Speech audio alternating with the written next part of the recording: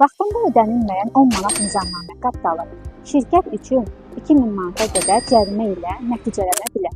Şirkətə yeni direktor təyin olundu.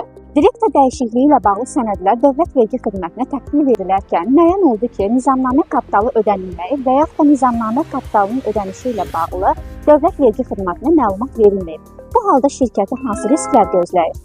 Nizamnamə kapitalının tamamilə ödənilməməsi və ya nizamnamə kapitalının ödənilməsi ilə bağlı məlumat verilməməsi İnzibati Xətalar Məcəlləsinin 405-1-ci maddəsinə əsasən tənzimlənir. 405.1 maddəsinin 1-ci bəndinə əsasən nizamnamə kapitalının tamamilə ödənilməməsinə görə vəzifəli şəxslər 1000 manat məbləğində, hüquqi şəxslər isə 2000 manat məbləğində cərimə oluna bilər. 405-1-ci maddənin 2-ci bəndinə görə isə nizamnamə kapitalının ödənilməsi ilə bağlı Dövlət Vergi Xidmətinə məlumat verilməməsinə görə vəzifəli şəxslər 500 manat məbləğində, hüquqi şəxslər isə 1000 manat məbləğində cərimələnə bilər. Nizamnamə kapitalı şirkətin maliyyə etibarının əsas göstəricisidir. Vaxtında ödə, risklərdən uzaq ol.